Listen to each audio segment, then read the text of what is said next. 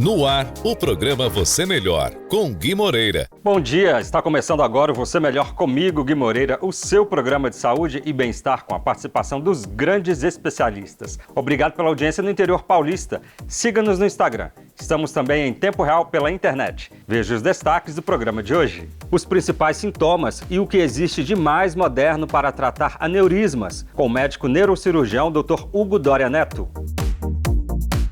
Entenda o que é a fisiatria, conhecida como medicina física e reabilitação, com o médico fisiatra Dr. Kelvin Camilla. Conheça as indicações para o laser íntimo feminino com a ginecologista, obstetra e mastologista doutora Cláudia Leitão. Descubra como se livrar da papada e melhorar o contorno facial com a médica dermatologista doutora Paula Fujioka. Veja o que são e para que servem os fios silhuete com a doutora Aline Rocha. E saiba como funciona a regra pedágio 50% na aposentadoria com o advogado Guilherme Ponce. Tudo isso agora no Você Melhor SP.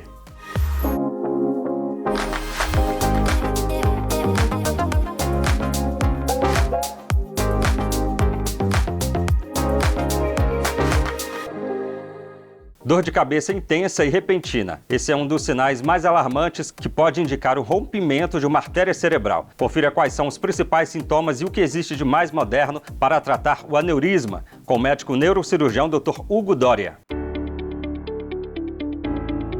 Aqui comigo o Dr. Hugo Doria, médico neurocirurgião, que traz informações importantes para a gente. Bom dia, doutor. Bom dia, Gui. Tudo bem? Bom dia aos telespectadores do SBT, é um prazer estar aqui com vocês. Doutor, para começar, conta pra gente quais os sintomas, do aneurisma. Então, Gui, o aneurisma é uma doença silenciosa, traiçoeira. Esse é o grande problema e por isso que a gente precisa estar sempre antenado. Ela só vai dar sintoma se o aneurisma romper, e aí já é um caso gravíssimo. Então, quando ele não rompe e cresce, aí depende muito da localização dele dentro do cérebro. Se ele estiver, por exemplo, próximo ao nervo da visão, o paciente pode ter um déficit visual. Se ele estiver, por exemplo, próximo à área da linguagem, o paciente pode ter um déficit de linguagem. Agora, ou um déficit visual, ou um déficit de memória. Agora, se ele for um aneurisma muito grande, ele pode dar até sintomas como isquemia cerebral, porque solta trombo do aneurisma e oclui. Então ele tem uma isquemia, vai investigar e descobre um aneurisma cerebral, o que é gravíssimo. Agora, doutor, tem um sintoma aí muito característico, que é a dor de cabeça. Está ligado aí diretamente a esse problema? Sim, Gui, ótima pergunta. A dor de cabeça é o principal sintoma quando o aneurisma rompe. Quando ele não rompe, ele geralmente não dá dor de cabeça. Até os pacientes vão ao consultório pela dor de cabeça e na investigação encontram o aneurisma. Mas quando ele rompe, é muito importante porque a dor de cabeça ela é súbita, ela é drástica, ela é muito intensa. E às vezes vem até acompanhada de desmaio, crise convulsiva. Então essa dor de cabeça súbita, ela é um sintoma alarmante para o paciente procurar o pronto-socorro de maneira imediata. Agora, doutor, todos esses aneurismas precisam ser operados ou não? Gui, a resposta é não. Essa pergunta é muito bacana porque é a pergunta que eu me fiz quando eu imaginei a tese do meu doutorado. E hoje ele já está publicado numa revista internacional chamada World Neurosurgery. Então, existem aneurismas que estão em locais protegidos do cérebro, principalmente na região que a gente chama de seio cavernoso. Quando eles são intracavernosos, eles não precisam ser operados ou tratados, porque eles não geram a possibilidade de ruptura. Agora, quando esses aneurismas estão fora do seio cavernoso, eles têm todo o risco de uma hemorragia subaracnoideia, que é a hemorragia do aneurisma cerebral. E ninguém quer ter uma hemorragia dessas, porque é a pior doença da vida. Então, ao identificar isso de maneira exata, foi um trabalho bem bacana, até com impressão 3D, que mostrou exatamente isso.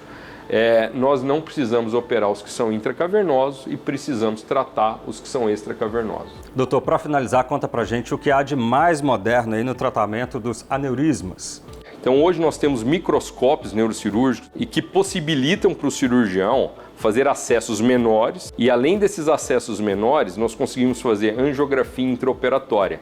Outra coisa que é super bacana é a monitorização neurofisiológica. Nas minhas cirurgias, todos os pacientes têm a monitorização de todas as funções neurológicas durante a cirurgia. Então, o que também gera bastante sucesso para os procedimentos. Muito obrigado pela entrevista. Eu que agradeço, Gui. Obrigado a todos vocês.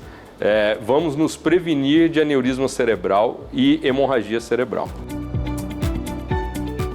De doenças ortopédicas a dores crônicas, uma especialidade da medicina com foco na prevenção, no diagnóstico e no tratamento de condições que causam limitações ao paciente. Entenda o que é a fisiatria, conhecida como medicina física e reabilitação, com o médico fisiatra Dr. Kelvin Camia. Meu entrevistado agora é o Dr. Kelvin Camia, médico fisiatra. Bom dia, doutor. Bom dia, Guilherme. Muito obrigado pelo convite, por estar aqui no programa Você Melhor, aqui no SBT. Dr. Kelvin, conta pra gente o que é a fisiatria. Bem, a fisiatria é uma especialidade médica, né? E como curiosidade, ela surgiu após as grandes guerras, né? Somente após a Segunda Guerra Mundial, lá nos Estados Unidos, devido aos veteranos de guerra que voltavam com algumas deformidades, incapacidades, né? Como amputados, lesões medulares, ficavam paraplégicos. Então isso ganhou bastante força lá nos Estados Unidos, esse processo de reabilitação. A fisiatria no Brasil vem aqui desde o final da década de 50. Nosso principal foco é a reabilitação dos pacientes, trazer a funcionalidade dos pacientes de volta, né? Por exemplo, um paciente que teve um acidente vascular cerebral, um AVC, ficou hemiplégico, com metade do corpo paralisado.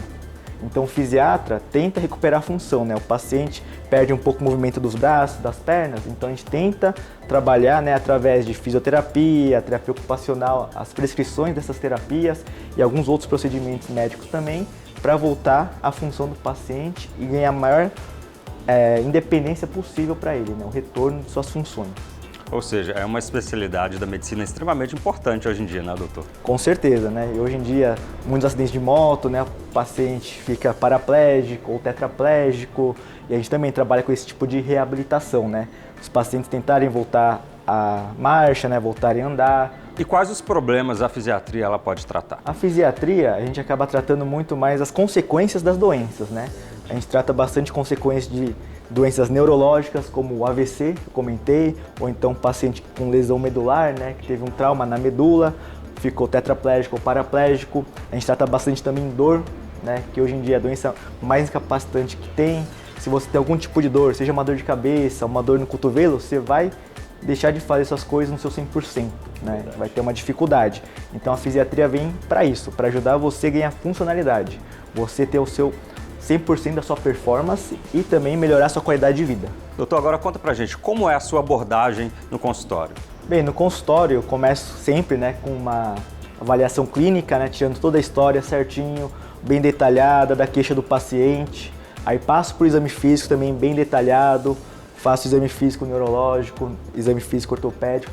Obviamente, dependendo do problema, eu foco mais em um tipo de exame físico, né?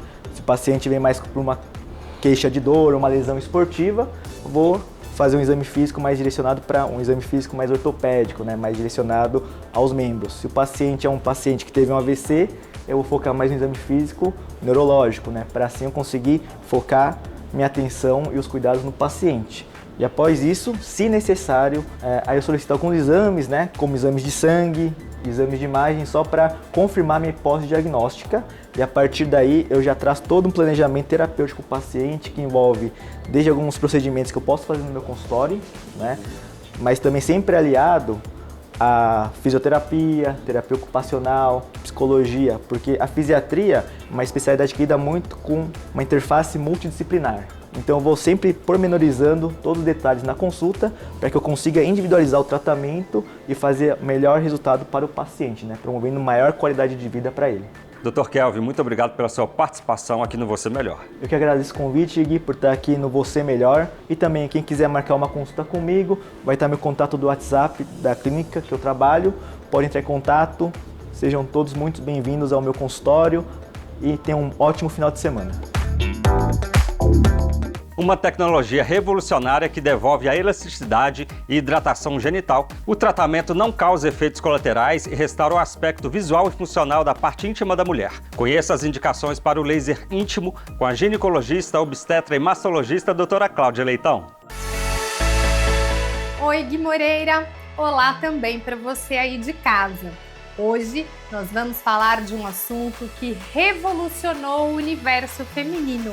O laser íntimo, uma tecnologia já muito utilizada em diversas áreas da medicina e agora também na ginecologia regenerativa e estética. Existem diferentes tipos de laser Na ginecologia, nós utilizamos o aparelho de laser de CO2 Smart Shide Touch com o método Mona Lisa Touch, que foi desenvolvido exclusivamente para as mulheres, sem efeitos colaterais e indicado no tratamento de ressecamento vaginal pós-menopausa, atrofia pós-radioterapia pélvica, incontinência urinária, dores nas relações, correções de cicatrizes, síndrome da vagina alargada pós-parto, flacidez do envelhecimento e pós-cirurgia bariátrica, clareamento da pele da vulva e entre outras indicações. O tratamento, para dar resultado, deve ser em 3 aplicações, com intervalos entre 30 e 40 dias entre uma sessão e outra. As sessões internas são rápidas e totalmente indolores, enquanto as sessões externas é necessária a aplicação de pomada anestésica 1 hora antes do tratamento. O laser vai estimular a produção de colágeno, devolvendo a elasticidade e hidratação íntima genital. Melhora a circulação sanguínea, renova os tecidos de forma rápida e eficiente, restaurando o aspecto visual e funcional da parte íntima da mulher. A duração do efeito depende de cada paciente, mas é cerca de 1 ano. Esta é uma tecnologia revolucionária para a intimidade feminina, que veio melhorar a qualidade de vida de muitas mulheres de uma forma minimamente invasiva. Essa foi a minha dica de hoje. Logo mais estarei de volta com mais um tema sobre a saúde da mulher para vocês. Papada, também conhecida como queixo duplo, pode afetar a harmonia e a proporção do rosto. Descubra como melhorar o contorno facial e se livrar do acúmulo de gordura abaixo do queixo com a médica dermatologista doutora Paula Fujioka. Bom dia, Gui! A papada e o contorno do rosto é um problema que afeta muitas pessoas. A papada pode alterar a definição do contorno facial, afetando a harmonia e a proporção do rosto. Isso pode levar a uma aparência menos jovem e envelhecida. Uma das causas mais comuns é o ganho de peso, levando ao depósito de gordura na região do pescoço e queixo. A predisposição genética também pode desempenhar um papel na formação da papada. Algumas pessoas podem ter uma estrutura facial que torna mais provável o desenvolvimento dessa condição. Outro fator que pode levar à formação da papada é o envelhecimento, já que a pele perde a elasticidade natural devido à diminuição da produção de colágeno e elastina. Isso pode resultar em uma pele mais flácida e menos capaz de manter a firmeza ao redor do pescoço e queixo. E você sabia que o estilo de vida é outro aspecto que também pode influenciar? Hábitos como má postura, falta de exercício físico ou dieta pouco saudável podem contribuir para o ganho de peso, o que por sua vez pode agravar a formação da papada. Mas como podemos se livrar do acúmulo de gordura abaixo do queixo? Tecnologias de radiofrequência e ultrassom micro e macrofocado ajudam a remodelar a área, diminuir a gordura e promover a produção de colágeno. Além disso, a aplicação de preenchimento em locais estratégicos da mandíbula e do queixo auxiliam na definição do contorno do rosto e na melhora da papada. Também existem opções cirúrgicas e invasivas a serem realizadas por cirurgiões plásticos, como o lifting de pescoço. Se você está incomodado com a perda do contorno do rosto, consulte um dermatologista ou cirurgião plástico para discutir a melhor opção de tratamento para você. Um bom final de semana e até o próximo programa! Um procedimento estético facial feito com a aplicação de um material absorvível pelo organismo. Composta por ácido polilático, a técnica estimula a produção de colágeno de forma gradual e natural e promove o efeito lift no rosto. Veja o que são e para que servem os fios silhuete com a doutora Aline Rocha. Olá, Gui Moreira! Você sabia que é possível eliminar a flacidez facial em apenas 30 minutos? Os fios silhuete são biocompatíveis e introduzidos abaixo da pele. Ele é capaz de promover a regeneração de colágeno de forma gradual e natural. Eles dão sustentação e devolvem a firmeza da pele. Os fios são gradativamente absorvidos pelo organismo e levam à produção de colágeno, substância que dá elasticidade à pele. É um tratamento minimamente invasivo e revolucionário, com total aprovação da Anvisa e FDA americana. Os fios Silhouette oferecem aos pacientes algo que jamais havia sido proporcionado antes pelos tratamentos convencionais de forma simples e não cirúrgica. Um rosto redefinido, a recuperação de volumes faciais e a redução de rugas e flacidez. O procedimento é recomendado para o rejuvenescimento e efeito natural de lifting em diversas áreas do rosto. O tratamento dura apenas 30 minutos e é realizado na clínica com anestesia local. Não são necessários cortes nem cirurgia. Os fios são inseridos na pele através de pequenos furos em locais estratégicos do rosto. A duração do efeito pode variar de 18 a 24 meses. Fatores como hábitos diários e metabolismo irão interferir no tempo. Por isso, antes de optar pelo procedimento, é fundamental realizar uma avaliação prévia com um especialista. Um bom fim de semana e até o próximo programa! Uma das regras de transição da aposentadoria que permite ao contribuinte se aposentar sem o requisito de idade mínima. Saiba como funciona a regra de pedágio 50% na aposentadoria e quem tem direito a essa modalidade com o advogado especialista em direito previdenciário, Guilherme Ponce. Olá, Gui Moreira. Olá também para você de casa que nos acompanha. O tema que será tratado hoje é reforma da Previdência. Reforma da Previdência aconteceu em outubro de 2019 e criou ali 4 regras de transição diferentes. Hoje tratarei especificamente da regra de transição do pedágio 50%. Por quê? Essa regra de transição garante uma aposentadoria sem que tenha ali incluído nela um requisito idade mínima. Seria talvez para a mulher 57 anos de idade e 60 anos para o homem.